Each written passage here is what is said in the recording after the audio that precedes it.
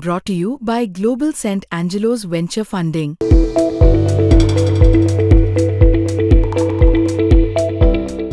महाराष्ट्राचे माजी राज्यपाल भगतसिंग कोश्यारी यांना केंद्र सरकारकडून पद्मभूषण पुरस्कार जाहीर झालाय. याच मुद्द्यावरून संजय राऊतांनी आता भाजपवर जोरदार टीका केली आहे. महाराष्ट्रात लोकशाही आणि भारतीय संविधानाची हत्या करून शिंदे भाजपचे सरकार बसवल्याबद्दल या महाशयांना मोदी सरकारने पद्मभूषण किताबाने सन्मानित केलं. याच महाशयांनी छत्रपती शिवाजी महाराज आणि महात्मा फुले दाम्पत्याचा अपमान केला होता. महाराष्ट्राचा अपमान करणाऱ्यांचा भाजपा सन्मान करते, छान असं पोस्ट करत संजय राऊतांनी म्हटलंय.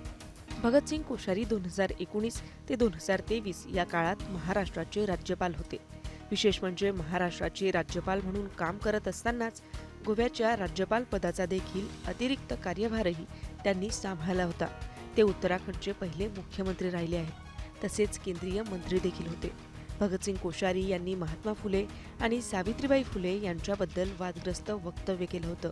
तसेच छत्रपती शिवाजी महाराज यांच्याविषयी त्यांनी केलेल्या विधानांमुळे मोठा वादंग झाला होता. कोश्यारी त्यांच्या विधानांमुळे कायमच वादग्रस्त राहिले आहेत.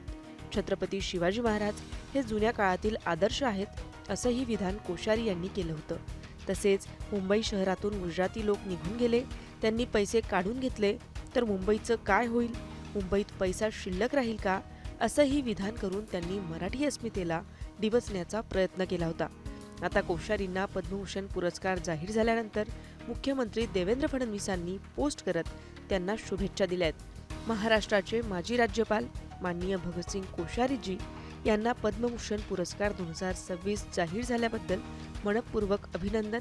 सार्वजनिक जीवनातील त्यांची प्रदीर्घ कारकीर्द आणि सार्वजनिक प्रशासनातील योगदान देशासाठी प्रेरणादायी आहे, असं फडणवीसांनी त्यांच्या पोस्टमध्ये म्हटलंय. मुंबई तक ब्युरो रिपोर्ट, मुंबई.